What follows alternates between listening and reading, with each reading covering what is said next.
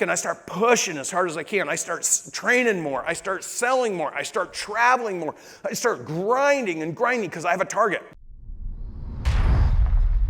I'll give you a little analogy, right? So let's just pretend I'm from Corvallis, Oregon, which I am. And let's just pretend I'm a 2.4 GPA high schooler, barely got out of school, because I am. And let's pretend that I finally get out of Corvallis, Oregon, and I get a job with Grant Cardone in Florida. So I move to Miami, and I start busting my ass. Now, my family tells me you shouldn't move to Miami. My friends are telling me, why are you moving to Miami? It's a big city. You're never going to succeed there. My friends are saying, you should stay here and work in the tire shop or at the restaurant. You're never going to amount to anything. You're just a small town kid. You could barely get out of high school. You could barely play sports. You're all broken up and you weren't that good anyway. Just settle in. See, that's me. And so let's just say I move to Miami and I start busting my ass. I start training on Cardone U, and all of a sudden I start making some money and I start making more money, and I'm so excited. I'm making more money I've ever made before. So I go buy a piece of dirt.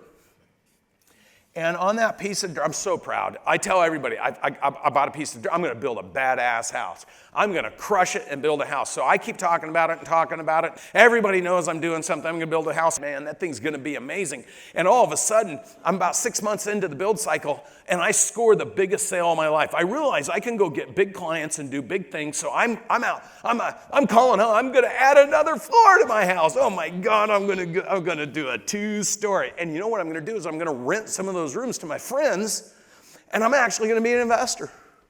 I'm an investor now.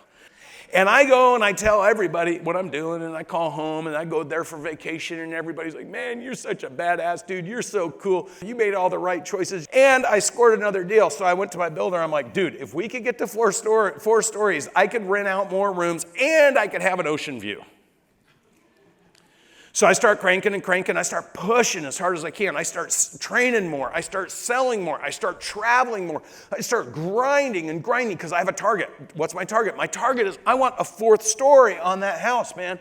I am so proud of myself. My parents they're so proud. They're talking to me about me at church. They're telling everybody how successful I am. They're so proud of me. They're writing about it in a little local newspaper. Brandon Dawson breaks out of Corvallis, Oregon, local town dipshit, and he actually became something. And everybody's just so proud. And so what I do is I'm like, man, I'm making so much money. I go to my builder. I'm like, hey, dude, put a fucking pool on the roof. So I put a cabana, and I put a pool, and I put a fire pit right here. Everyone comes to visit. Everyone's there. I'm so proud.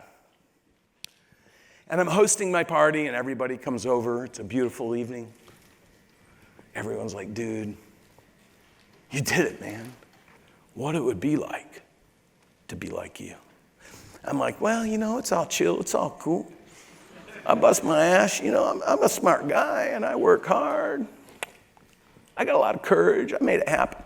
So all of a sudden, we start drinking, having a good time.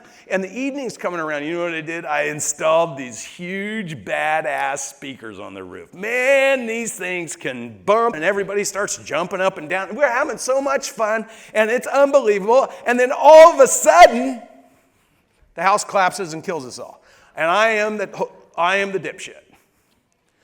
Because I kept building and building. Guess what else I had? I had another dipshit with me. I had a reckless builder. And we just built and built and kept throwing on, and it felt so good to be so full of pride and joy and be the local town hero. Now, see, I'm using this analogy for you, but that was actually my first business, and I had to eat shit when I was fired from my job after being worth $10 million. And I had to go home and have my friends all go, I knew you couldn't do it. I knew it'd never happen. See, in my analogy, this is a home, and you recklessly stacked one floor on another because it felt good. It felt good to get recognized. It felt good to have the money to do it. It felt good to be able to achieve your dreams and your goals. And then one day it all went away because I did it wrong. See, the reason I bring this up is because those break points. Put those break points up again, please. So what happens is you start your business, you start pushing, and you start finding success because the what in break point 1 works. And you get just enough confidence that you allow it to continue to go, and you keep pushing and pushing and pushing, and your business grows from the inside out. And you start thinking, man, if I could add another million tomorrow, if I could get another million in 3 years, if I could get to 5 million in 10 years, I've arrived. But you're still pushing the dirt up through the little hole. And you're just hoping, because as soon as you start hearing some crackling, as soon as you feel a shift in your foundation, you grab a hold of that and you're like, I worked too hard to get here. I'm not letting it go anywhere else. And so 98% of all businesses under 100 million, 98% fail within the 10-year timeline, cyclically. 2/3 will fail faster within the first 5 years because they didn't engineer the business for the opportunity. And to be honest with you, there's nobody out there doing it.